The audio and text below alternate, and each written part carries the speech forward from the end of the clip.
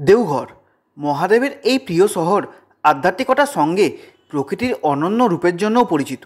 শহরটি বিভিন্ন পাহাড় দিয়ে ঘেরা, যেমন দিঘারিয়া পাহাড়, নন্দন পাহাড়, ত্রিকুট পাহাড়, তপোবন পাহাড়। দেওঘর সিরিজের প্রথম পর্বে আপনারা দেখেছিলেন বৈদ্যনাথ ধাম জ্যোতির্লিঙ্গ দর্শনের বিভিন্ন তথ্য, তাছাড়াও সন্ধ্যা আরতি তথা বিভিন্ন গুরুত্বপূর্ণ ইনফরমেশন। আর আজকের পর্বে আমরা ঘুরে দেখব দেওঘর শহরের বিভিন্ন উল্লেখযোগ্য সাইট সিনগুলো। এখন দাঁড়িয়ে আছি বাবাধাম মন্দিরের মধ্যে। পুজো আমার গতকালই হয়ে গেছে। আজকে যাব দেওঘরের বিভিন্ন দর্শনীয় স্থানগুলো ঘুরে দেখব। তার আগে আরেকবার সকাল সকাল এলাম মন্দিরে দর্শন করতে। এখন কিন্তু মন্দিরে ভালোই ভিড় আছে, বেশ ভালো রকম জনসমাগম হয়েছে এখনও। আজকে কোনো ছুটির দিন নয়, তাও কিন্তু মন্দিরে ভালোই রকম ভিড় রয়েছে। আজকে সারাদিন দেওঘরের বিভিন্ন বিখ্যাত জায়গাগুলো আমরা ঘুরে ঘুরে দেখব। যেমন তার মধ্যে রয়েছে বাসুকীনাথ, নওলাখা মন্দির, ত্রিকুট পাহাড়, তপোবন এবং নন্দন পাহাড়। তো একটা অটো রিজার্ভ করলাম। এখানে অটোর রেট কিন্তু 800 থেকে 1200-র মধ্যে ঘোরাফেরা করে। আপনারা কিন্তু ভালো করে দরদাম করবেন। আমি কিন্তু 800 টাকার মধ্যে পেয়েছি। দরদাম করে নেবেন ভালো করে, তাহলে কি, কারণ কি ওনারা অনেকে 1500-1600 পর্যন্ত ওনারা বলেন, সেটাকে আমি 800 টাকায় করলাম। কারণ কি আমি সৎসংটা বাদ দিলাম আর রামকৃষ্ণ মিশন এটা বাদ দিলাম। এরকম বিভিন্ন অটো করে আপনারা গোটা দেওঘর ঘুরতে পারেন। অটোই করে এখন আমরা প্রথম গন্তব্য হচ্ছে নওলাখা মন্দির। এটা দেখে মনে হবে না কোনো মন্দিরের গেট, এটা মনে হবে কোনো 15 দিনের গ্রামের বাড়িতে আমরা ঢুকতে যাচ্ছি। আর এই হচ্ছে সেই মন্দির।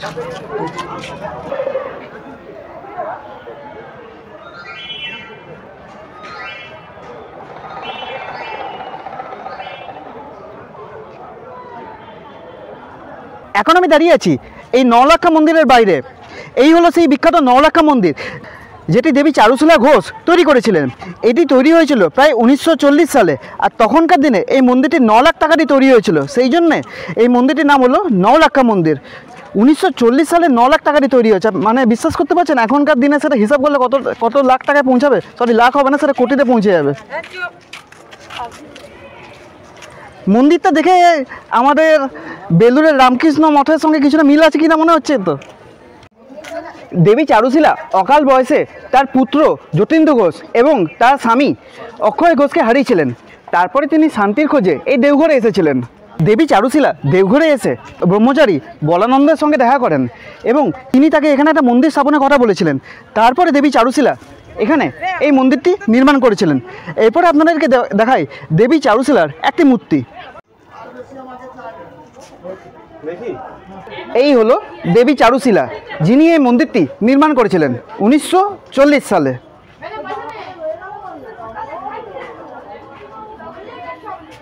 এই সুবিশাল মন্দিরটির উচ্চতা হলো 146 ফিট। এটি গ্রানাইট এবং মার্বেল পাথর দিয়ে তৈরি হয়েছে। দর্শন করে এলাম মন্দিরের ভিতরে। মন্দিরের ভিতরে কিন্তু ফটোগ্রাফি একদম অ্যালাউ নেই। আর মেন যে পুজো হচ্ছে সেখানে রয়েছে শ্রীকৃষ্ণ এবং আপনার বলানন্দ মহারাজের মূর্তি রয়েছে। মানে দুটো মন্দির রয়েছে ভিতরে, একটা হচ্ছে শ্রীকৃষ্ণের মন্দির আর একটা রয়েছে বলানন্দ মহারাজের মন্দির। খুব সুন্দর কিন্তু মন্দিরটা। মন্দিরের আশেপাশে একটা বাগান আছে, আপনারা ঘুরে দেখতে পারেন। এরপর এখান থেকে বেরিয়ে যাচ্ছে। আর এই মন্দিরের বাইরে কিন্তু প্রচুর দোকান আছে, আপনারা সেখান থেকে চাইলে কিছু কেনাকাটিও করতে পারেন। এই হলো মন্দির, আর মন্দিরের বাইরে এরকম বসে আছে প্রচুর দোকান, আপনারা চাইলেই কিছু এখান থেকে কেনাকাটি করতে পারেন।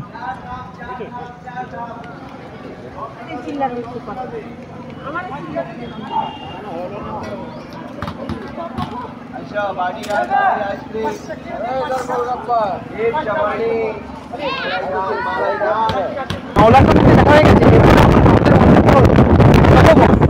গাড়ি চলেছে তপোবন একদিন।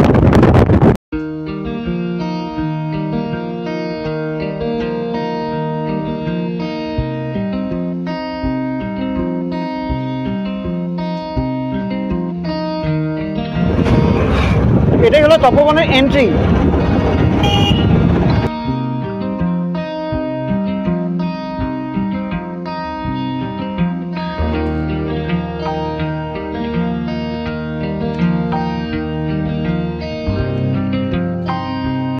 নওলাখা মন্দিরের পরে আমাদের ড্রাইভারটা বললো যে তপবন যাওয়াটা বেটার হবে, কারণ কি বাসুকিনাথের রাস্তাটা অন্যদিকে, তো সেই জন্য এখন আমরা চলে এসেছি তপবনের দিকে। খুব সুন্দর রাস্তা কিন্তু এখানকার। মন্দিরের দিকে যাওয়ার আগে আপনাদের বা পাহাড়ের দিকে যাওয়ার আগে এখানে প্রচুর দোকান আছে, আপনারা এখান থেকে বিভিন্ন জিনিস কিনে নিতে পারেন। ঝাড়খণ্ডের দেওঘরের কাছে অবস্থিত তপবন আধ্যাত্মিকতার সঙ্গে প্রাকৃতিক সৌন্দর্যের জন্য বিখ্যাত। এখানকার মূল আকর্ষণ হলো তপবনের মহাদেবের গুফা, যেটি রয়েছে একদম ফার্স্ট ফ্লোরেই, মানে অল্পখানি উঠে এলেই সেটি আপনারা পাবেন। আর সব থেকে উপরে রয়েছে বজরংবলীর একটি মন্দির, যেটা রয়েছে একদম উপরে।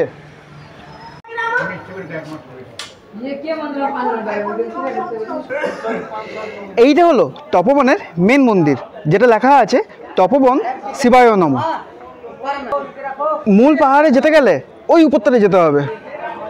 আর এখানে আছে কিন্তু প্রচুর বাঁদর, সেই জন্য আপনারা কিন্তু ফোন ক্যামেরা আপনাদের বিভিন্ন ইম্পর্টেন্ট জিনিস খুব সাবধানে রাখবেন। এখানে কিন্তু প্রচুর বাঁদর রয়েছে, আর যত উপরে যাবেন তত কিন্তু বাঁদর কিন্তু আরও বেশি রয়েছে।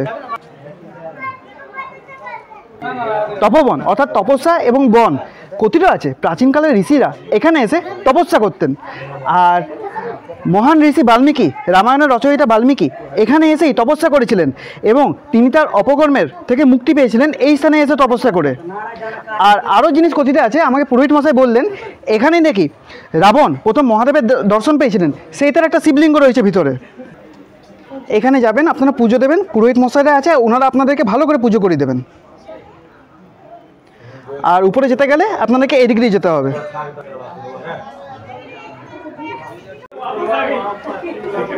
এই তপবনে এরকম গুহার মধ্যে একটা মন্দির রয়েছে, ঢুকে পড়েছে গুহার ভিতরে, কিন্তু গুহার ভিতরে কিচ্ছু নেই, ফাঁকা এরকম। এখানে যদিও একটা ঠাকুরের কিছু একটা শিলার মতন রয়েছে, আর এখানে সিঁদুর রাখা রয়েছে। এইটুকু রাস্তা, এর মধ্যে দিয়ে বেরোতে হবে।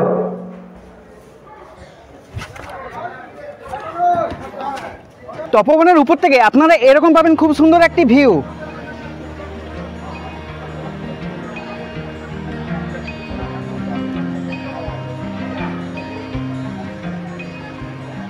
আপনি আধ্যাত্মিকতার জন্য হোক আর প্রকৃতির জন্য হোক, দুটোর জন্যই আপনারা এই তপবনে আসতে পারেন, কারণ কি এখানকার চারদিকের খুব সুন্দর ভিউ, তার সঙ্গে রয়েছে মহাদেবের তথা বজরংবলীর মন্দির। রাবণ এখানেই প্রথম দর্শন পেয়েছিলেন মহাদেবকে, সেই জন্য একটি এখানে শিবলিঙ্গ রয়েছে, সেটিও আপনারা দর্শন করতে পারেন।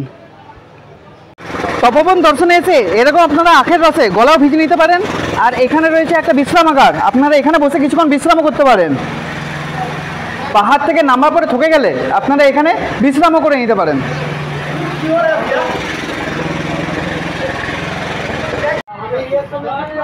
এখানে এই গুহার ভিতরে এইভাবে ঠিক ঢুকতে হবে, ঝুঁকে পড়। হ্যাঁ, হনুমান মন্দির যাবে।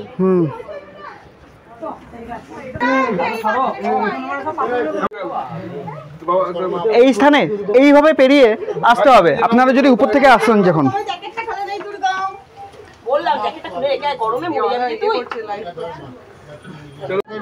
পাহাড়ের একদম শেষ ভাগে চলে এসেছি, এখানে লেখা আছে পাহাড় সমাপ্ত। তপবন দর্শন হয়ে গেল, এবারে যাচ্ছি বাসুকিনাথ।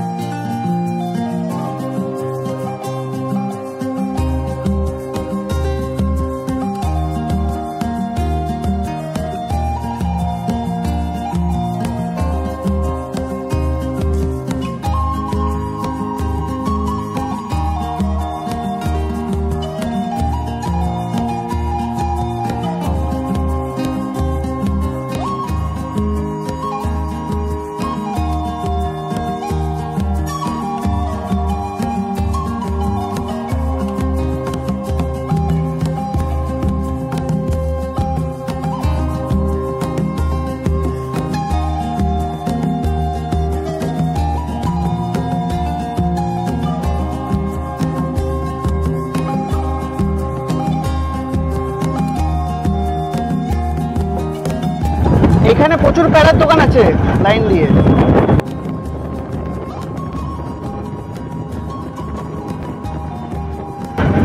এই এলাকাটার নাম হলো প্যারানগরী।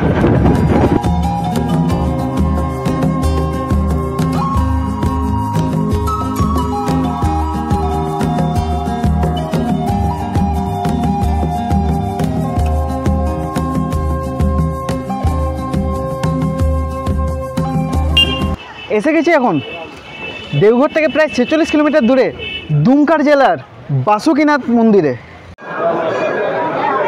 এই হচ্ছে বাবা বাসুকীনাথ জ্যোতির্লিঙ্গ।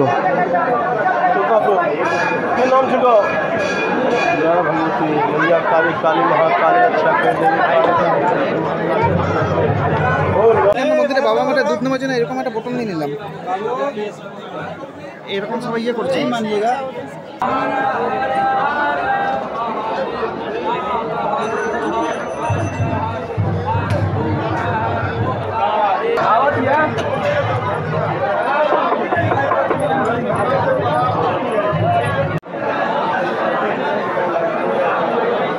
এখানে বিভিন্ন মন্দির রয়েছে, যেমন হচ্ছে মা ভৈরবী, মা ছিন্নমস্তা, মা মাতঙ্গী, গণেশজি, সূর্য ভগবান, বগলামুখী মন্দির।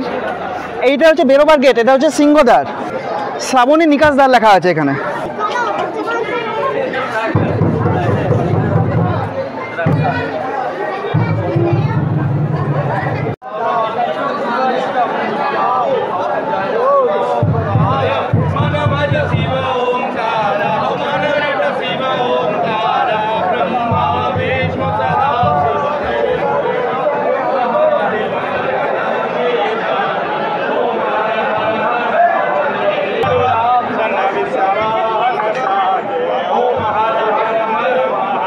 বৈদ্যনাথ দেব মন্দিরের মতনই একদম যমজ মন্দির যাকে বলা যায়। অনেকে একে দু ভাইও বলে, বৈদ্যনাথ এবং বাসুকীনাথ, দুই ভাই।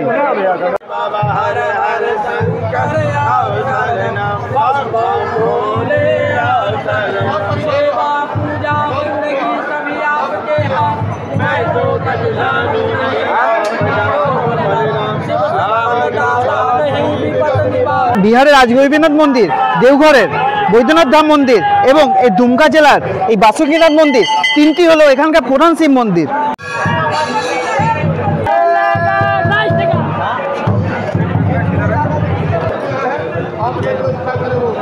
বৈদ্যনাথ ধামের পরে সবথেকে বেশি গুরুত্ব রয়েছে এই বাসুকীনাথ ধামের, কারণ কি শ্রাবণ মাসটা সারা বছরই অগণিত শিবভক্তরা প্রথমে বাবা বৈদ্যনাথ ধামের মাথায় জল ঢালেন এবং তারপরে তারাই এই বাসুকীনাথ দেবের মন্দিরে এসে জল ঢালেন।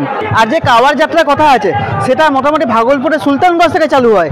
সেখান থেকে প্রায় 108 কিলোমিটার সবাই হেঁটে হেঁটে এসে বাবা বৈদ্যনাথ ধামে জল ঢালেন এবং তারপরে সবাই বাবা বাসুকীনাথ ধামে এসে প্রণাম করেন। বৈদ্যনাথ ধামে যেমন শিব পার্বতীর যে একতা শক্তির রূপ আমরা দেখতে পাই, এখানেও তেমনি শিব আর পার্বতীর মানে দুটি মন্দির দেখুন পেছনে দেখতে পাচ্ছেন, এই যে পেছনের থেকে এরকম করে সুতো মারা রয়েছে, এখানেও শিব আর শক্তির একতা প্রদর্শন হচ্ছে। কারণ কি শিব আর শক্তিটা একই, তারা তো আর অভিন্ন নয়, সেই জন্যে মহাদেবের এই এলাকাটি খুবই পছন্দের জায়গা। আর এই বাসুকীনাথের যে শিবলিঙ্গটি হয়েছে সেটি হচ্ছে স্বয়ম্ভু, অর্থাৎ নিজে নিজেই সেটি তৈরি হয়েছে।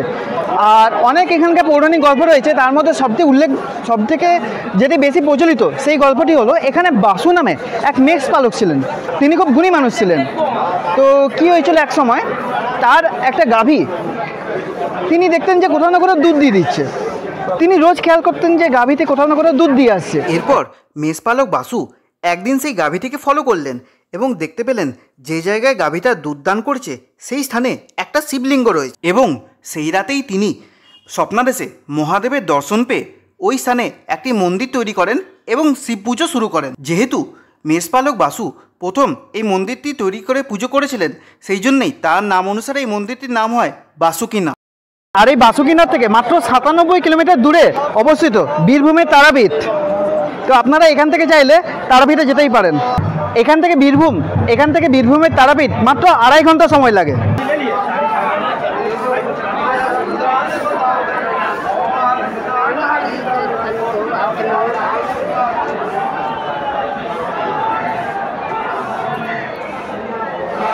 এইটা হলো রাম জানকী বিবাহ মন্দির, ভিতরে এখন পূজা চলছে। বাসুকীনাথ মন্দিরের বাইরে রয়েছে এরকম বিভিন্ন দোকান, যেখান থেকে আপনারা প্যাড়া, আচার, তাছাড়া বিভিন্ন কেনাকাটি জিনিস আপনারা এখান থেকে পেয়ে যাবেন।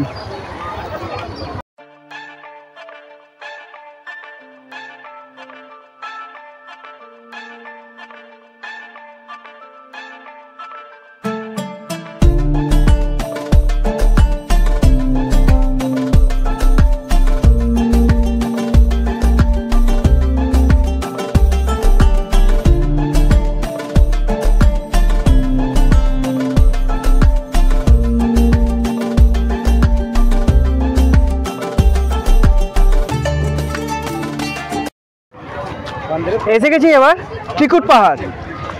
এটি হলো 3টি পাহাড়ের সঙ্গমস্থল। কিন্তু বান্দর হইতে সাবধান। এই হচ্ছে ত্রিকুট পাহাড়ের দিকে, ত্রিকুট পাহাড়ের শিব মন্দির যাবার রাস্তা, এদিক দিয়ে যেতে হবে।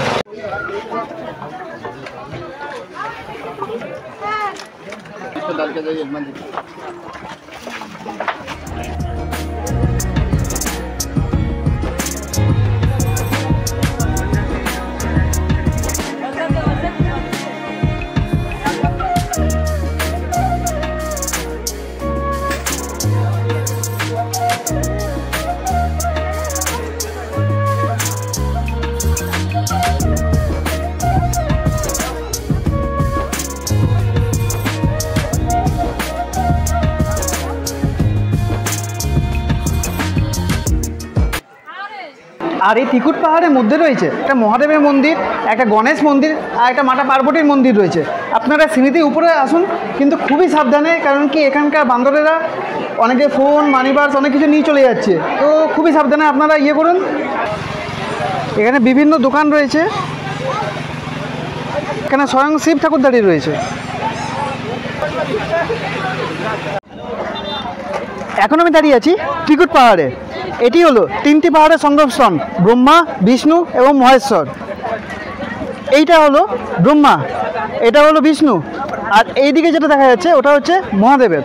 এখন শুধু বিষ্ণু পাহাড়েই সবাই যাওয়া আসা করে, শুধু বিষ্ণু পাহাড়ই জনসাধারণের জন্য খোলা রয়েছে সবসময়। 2022 সালে আগে পর্যন্ত এখানে রোপওয়ের ব্যবস্থা ছিল। এখানে রোপওয়ে একটি দুর্ঘটনা কবলে পড়ে এবং তারপর থেকে এখানে রোপওয়ে পরিষেবা সম্পূর্ণভাবে বন্ধ রয়েছে, কিন্তু সিঁড়ি রয়েছে যাওয়া আসার জন্য। আর এই পাহাড়টির উচ্চতা হলো 2470 ফিট। রোপওয়ের যে কেবেলের যে তারগুলো আছে সেগুলো কিন্তু এখনও রয়ে গেছে। পুনরায় চালু করে ব্যবস্থা হচ্ছে শুনছি, কিন্তু এখনও চালু হয়নি। ওই যে একদম দূরে যে পয়েন্টটা দেখা যাচ্ছে ওটাই ছিল রোপওয়ে স্টার্টিং পয়েন্ট। এই 3টে পাহাড় মিলে একসাথে ত্রিকুট পর্বত বা ত্রিকুট পাহাড়। আমাদের পশ্চিমবঙ্গে এক বিখ্যাত নদী ময়ূরাক্ষী, এখান থেকেই তার উৎপত্তি হয়েছে, ত্রিকুট পাহাড় থেকে। যে ময়ূরাক্ষী নদী এখান থেকে উৎপত্তি হয়ে হুগলি নদীতে গিয়ে পতিত হয়েছে, সেটি উৎপত্তি স্থল হলো এই ত্রিকুট পাহাড়। আর আপনারা যদি এই ত্রিকুট পাহাড়ে বর্ষাকালে আসেন তাহলে সবথেকে বেশি মজা পাবেন, কারণ কি সেই সময় এখানে কিন্তু বিভিন্ন ছোট ছোট জলপ্রপাতও দেখা যায়। দেখা হয়ে গেল ত্রিকুট পাহাড়, এরপরে আমাদের আজকে লাস্ট গন্তব্য নন্দন পাহাড়। চলুন যাওয়া যাক।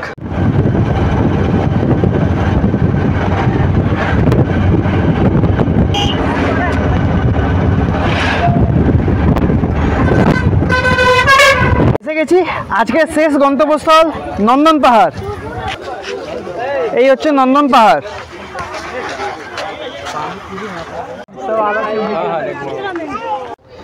এই নন্দন পাহাড়ের টিকিট মূল্য হলো 10 টাকা, আর ভিডিও ক্যামেরা হলে 25 টাকা।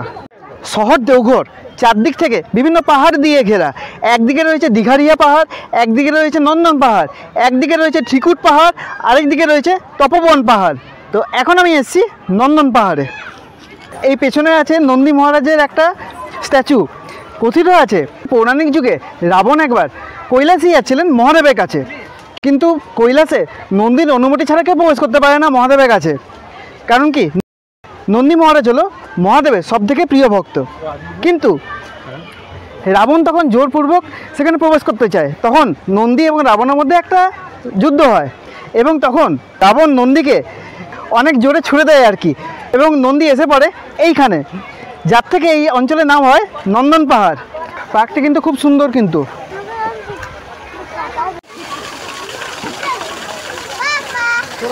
মহাদেবের জটার থেকে এখানে জল পড়ছে। ফটো সেশনের জন্য খুব সুন্দর একটি জায়গা এটি। বাচ্চাদের জন্য খুব সুন্দর একটি পার্ক, বিনোদনের জন্য অনেক কিছু ব্যবস্থা রয়েছে এখানে। সূর্য এখন অস্তা চলে, আর সেই সময় পার্কে এখন যথেষ্ট ভিড়। সবাই উপরে চেপে রয়েছে, কিন্তু কেউ নামছে না এখনো। তো এই নামছে এবার। এই আমার সামনে হলো এটি একটি ভূত ঘর। এটি হলো ভূত ঘর, মূল্য 2 টাকা।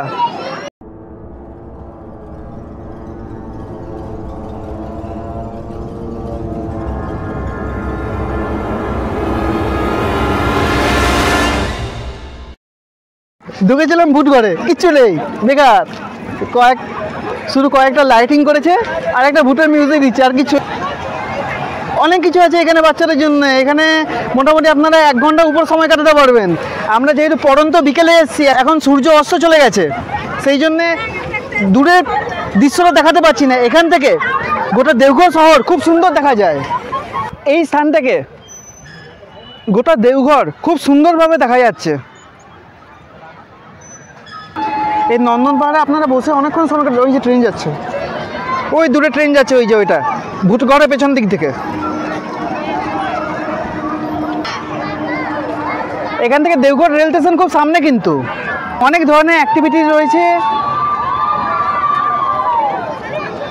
আর খুব স্বল্প মূল্যে রয়েছে সব কিছু। এত সুন্দর ঘোরার জায়গা, কিন্তু সবাই দেখুন কিভাবে নোংরা করে রেখেছে, চারদিকে নোংরায় ভর্তি। আর এখানে আছে হাসি ঘর, এটিরও মূল্য মাত্র 2 টাকা। এটি হলো হাসি ঘর। বর্তমানে নন্দন পার্ক বিনোদন পার্ক হিসেবে পরিচিত।